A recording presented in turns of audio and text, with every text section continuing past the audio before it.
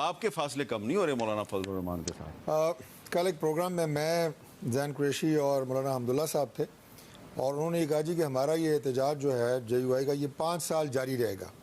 तो उससे मैंने उनका शुक्रिया अदा किया कि एक तो आपने इस बात की ज़मानत दी कि हुकूमत जो है वो अगले 5 साल इंशाल्लाह चलेगी, और आपके भी जहन में भी यही बात है। बाकी JUI और उनके तमाम लीडर्स हमारे लिए बड़े काबिल एहतराम हैं। उनका ये एक बिल्कुल आइनी हक़ है कि वो अपना एहतजाज करें। पाकिस्तान तहरीक इंसाफ इनका आइनी हक़ है। लेकिन इस सिलसिले में जो मिलियन मार्च हैं या जो इस्लामाबाद के हवाले से गुफ्तगू की गई कि जनाब इस्लामाबाद में हम चढ़ाई करेंगे और इस्लामाबाद को बंद करेंगे, इस पर कब्ज़ा करेंगे, वो चाहे इस्लामाबाद हो, चाहे कराची हो, चाहे पेशावर हो। मैं एक बात अभी पिछली गुफ्तगू में एक लफ्ज़ इस्तेमाल हुआ, आइनी हुकूक। देखें, एहतजाज उनका आइनी हक़ है। इस्लामाबाद, पेशावर, कराची के रिहायशियों के अपने आइनी हकूक़ हैं कि वो मामूलात की ज़िंदगी अपनी मर्ज़ी से गुजार सकें। तो आप आइनी हक़ एहतजाज का इस्तेमाल करके हमें अपने आइनी हक़ से महरूम नहीं कर सकते। तो आप अपना आइनी हक़ रखें, लेकिन लोगों की मामूलात ज़िंदगी को डिस्टर्ब ना करें और ज़रूर एहतजाज करें, मिलियन मार्च करें, जलसे करें, जो मर्ज़ी करें। जैन कुरैशी साहब, क्या ये पॉसिबल है कि JUI और PTI के रहनुमाओं पर मुश्तमिल एक कमेटी बन जाए और वो कोई आपस में तय करें कि भाई हमारे किन किन नुकात पर हम एक दूसरे के साथ ताउन कर सकते हैं? पॉसिबल है? मीर साहब, सबसे पहले तो मैं खुशी का इजहार करूंगा कि JUI को कराची में जलसा करने की इजाजत मिली है। नहीं, इजाजत नहीं मिली है। पाकिस्तान इजाजत नहीं मिली, जबरदस्ती कर रहे हैं। चले इस पे आ जाते हैं हाँ। कि वो जबरदस्ती जलसा कर रहे हैं और उनके ऊपर कोई क्रैकडाउन नहीं हुआ। हाँ। उनके ऊपर कोई फरिश्ते नहीं टपक पड़े, उनके ऊपर कोई एलीट फोर्स के डाले नहीं है, रेडे नहीं पड़ी। हालांकि पाकिस्तान तहरीक इंसाफ अगर कॉर्नर मीटिंग भी करे तो वहां पर 18 एलीट फोर्स के डाले आ जाते हैं।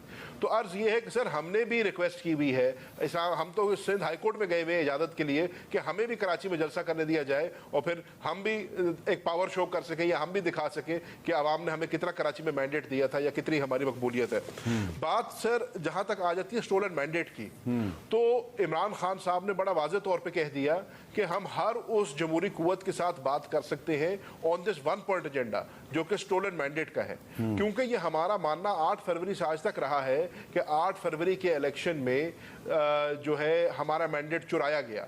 बल्कि मैं तो इससे आगे जाऊंगा, मैं कहूंगा 3 डाके डले हैं हमारे मैंडेट पे।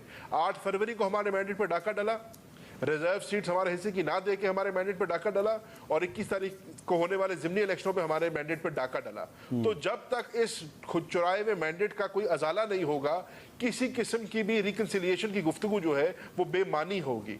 और अगर इसमें मौलाना बात करते हैं वो स्टोलन मैंडेट की, तो क्यों नहीं उनसे बात की जा सकती? हर जमहूरी कुव्वत से बात की जा सकती है। जी, आप इस पर क्या कहेंगे? देखें, जहाँ तक ताल्लुक है जी 8 फरवरी के इलेक्शन का, मैं ये कहूँगा कि उस इलेक्शन के ऊपर जितनी इलेक्शन पटिशन्स दाखिल हुई हैं, जिसका मतलब है कि मुझे एतराज़ है किसी हल्के पे, उससे ज़्यादा इलेक्शन पटिशन्स 2018 के इलेक्शन पे दाखिल हुई हैं।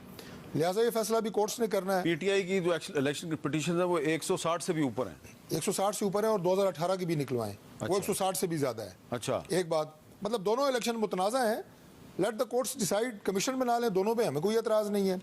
दूसरी बात जो मेरे भाई ने की कि हमारी रिजर्व सीट्स के ऊपर डाका डला, तो ये डाका तो कोर्ट ने डाला है। फिर आप जजेस को कह रहे हैं हमने तो नहीं डाला। हमने तो रिजर्व सीट्स अपने हिस्से में की, या वो कोई मिठाई का डब्बा था हम उठा के अपने घर ले गए हैं। भाई आपने वो टेक्निकल बात है, मैं उसकी डिटेल में नहीं जाऊंगा, जिस जमात के साथ आपने अलायंस किया उस जमात के लीडर ने भी अपने टिकट पे इलेक्शन नहीं लड़ा, निशान पे सॉरी। तो जाहिर है वो मामला एक टेक्निकल था, इलेक्शन कमीशन और हाई कोर्ट। तो अब उसमें आप हमें किस लिए कह रहे हैं जनाब हमने डाका डाला? तो अदालतों को कहें या आप उन्हीं को कह रहे हैं। जी जैन साहब, और उसके बाद बाई इलेक्शन जो है साफ और शफाफ, बताएं कहाँ पे आपको कोई। जैन साहब, सर पहली बात उसका ये है, हम कोर्ट में गए हुए उसके खिलाफ, तो हम किसी को आपको कसूरवार नहीं ठहरा रहे, हम सिर्फ कह रहे हैं कि हमारा मैंडेट चुराया गया है। दूसरी बात, आपकी बात ही मान लेते हैं 1 मिनट के लिए। आप कहते हैं कि जिस जमात के साथ हमने इल्हाक किया था उसने लिस्ट में दी हुई थी, इसलिए उनका हिस्सा नहीं बनता था। चले जी, मान लिया हमारा हिस्सा नहीं बनता था। ये जो हमारे हिस्से की सीटें बाकी जमातों में बांटी गई हैं, ये किस कानून के तहत बांटी गई हैं? रिजर्व सीट्स प्रोपोर्शनल रिप्रेजेंटेशन पे दी जाती हैं। आपका जो भी प्रोपोर्शनल रिप्रेजेंटेशन ऐवान में बनती थी, आप अपने हिस्से की सीटें ले गए। चलो हमें हमारे हिस्से की सीटें नहीं मिली, तो आपको हमारे हिस्से की सीटें किस कानून के तहत मिल गई? देखिए अगेन अदालत का फैसला है ना, या तो कहें कि ऐवान को आपने नामुकम्मल चलाना है। अब ये फैसला देखें, आप कहते हैं, मैं मिसाल दे देता हूँ, अब कॉन्स्टिट्यूशन की बात होती है, कई जगह आप कहते हैं जी यहाँ पे आइन खामोश है। आइन खामोश का मतलब ये है कि ये सिचुएशन तो कभी भी पार्लियामेंट में पैदा नहीं हुई कि जनाब जो आपने सिचुएशन पैदा कर दी है। अब ये फैसला इलेक्शन कमिश्नर कोर्ट्स का है। सर माजरत के साथ सेनेट ऑफ पाकिस्तान तो नामुकम्मल आपने चला ली, सेनेट ऑफ पाकिस्तान में तो आपने नहीं चल रही है, वो कहाँ चल रही है, वो मुकम्मल होगी करा लिया। अच्छा अब तो सर नामुकम्मल सेनेट के अंदर आपने चेयरमैन सेनेट इलेक्ट करा लिया है, सदर इलेक्ट करा लिया है, और आप क्या बच्चे की जान लेंगे और क्या करेंगे? अच्छा जान तो खैर इस वक्त जो फंसी हुई है, अजाब में फंसी हुई है, वो पाकिस्तान के आम आदमी की फंसी हुई है। और मुझे पिछले 3-4 दिन से बहुत ज़्यादा मैसेजेस आ रहे हैं, पैगामात आ रहे हैं, लोग खतूत लिख रहे हैं। आपको पता है खतूत लिखने का रुझान अब ख़त्म हो गया है। ये पहले बहुत लोग खतूत लिखते थे, आजकल मुझे बहुत ज़्यादा खतूत आ रहे हैं जी आप अपने प्रोग्राम में ये जो सियासतदानों को बुलाते हैं ये अपनी लड़ाइयों में हमारे जो मसाइल हैं उनको भूल जाते हैं। तो इसलिए मैं जो इस वक्त मसला है, जो रोटी की कीमत का मसला है, पंजाब हुकूमत ने भी ऐलान किया है, खैबर पख्तूनख्वा हुकूमत ने भी ऐलान किया है कि रोटी की कीमत वो कम कर रहे हैं।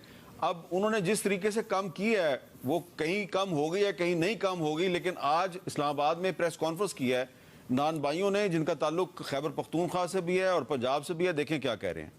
रोटी बिक रही है, जबरन बिकवा रहे हैं, हम बेच रहे हैं।